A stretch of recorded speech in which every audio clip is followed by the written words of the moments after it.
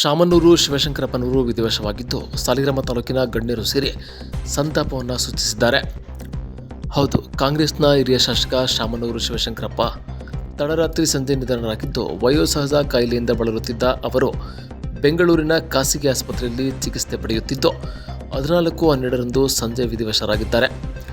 ದಾವಣಗೆರೆ ದಕ್ಷಿಣ ಕ್ಷೇತ್ರದ ಕಾಂಗ್ರೆಸ್ ಶಾಸಕ ಹಾಗೂ ಅಖಿಲ ಭಾರತ ವೀರಶೈವ ಮಹಾಸಭೆಯ ರಾಷ್ಟ್ರೀಯ ಅಧ್ಯಕ್ಷರಾದ 94 ವರ್ಷದ ಶಾಮನೂರು ಶಿವಶಂಕರಪ್ಪ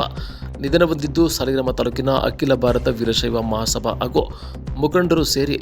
ಗಾಂಧಿ ವೃತ್ತದಲ್ಲಿ ಶಾಮನೂರು ಶಿವಶಂಕರಪ್ಪನವರ ಭಾವಚಿತ್ರಕ್ಕೆ ಪುಷ್ಪಾರ್ಚನೆ ಮಾಡಿ ಭಾವಪೂರ್ಣ ಶ್ರದ್ಧಾಂಜಲಿ ಸಲ್ಲಿಸಿ ಕೆಲವು ಸಮಯ ಮೌನಾರ್ಪಣೆ ಮಾಡಿ ಗೌರವ ಸಲ್ಲಿಸಿದರು. ಇದೇ ಸಂದರ್ಭದಲ್ಲಿ ತಾಲೂಕು ಶರಣ ಸಾಹಿತ್ಯ ಪರಿಷತ್ ಅಧ್ಯಕ್ಷರಾದ ಸಿಪಿ ರಮೇಶ್ ಕುಮಾರ್, ಎಪಿಎಂಸಿ ಮಾಜಿ ಅಧ್ಯಕ್ಷ ಕೆಡಗ ನಟರಾಜ್, ವೀರಶೈವ ಲಿಂಗಾಯತ ಮಹಾಸಭಾ ತಾಲೂಕು ಉಪಾಧ್ಯಕ್ಷ ಬೇರಿಯ ಪ್ರಕಾಶ್, ನಿರ್ದೇಶಕರಾದ ದಡದಹಳ್ಳಿ ನಟರಾಜ್, ಆಡ್ಯ ನಾಗೇಶ್, ಕುಪ್ಪೆ ನವೀನ್, ಯುವ ಘಟಕದ ಅಧ್ಯಕ್ಷ ಸರಗೂರು ಶಿವು, ವನೇನಹಳ್ಳಿ ಗ್ರಾಮ ಪಂಚಾಯತಿಯ ಅಧ್ಯಕ್ಷ ಪಶುಪತಿ ಜಗದೀಶ್, ಬ್ಲಾಕ್ ಕಾಂಗ್ರೆಸ್ ಸಹಕಾರ ವಿಭಾಗದ ಅಧ್ಯಕ್ಷ ಪಶುಪತಿ ತೇಜೋಮೂರ್ತಿ,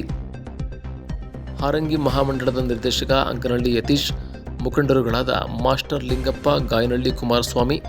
ಚೆನ್ನಪ್ಪ, ಆಡ್ಯ ತ್ರಿಜೇಂದ್ರ, ಮಂಜುನಾಥ್, ಮಹೇಶ್, ಕುಪ್ಪೆ ವಿಶ್ವನಾಥ್,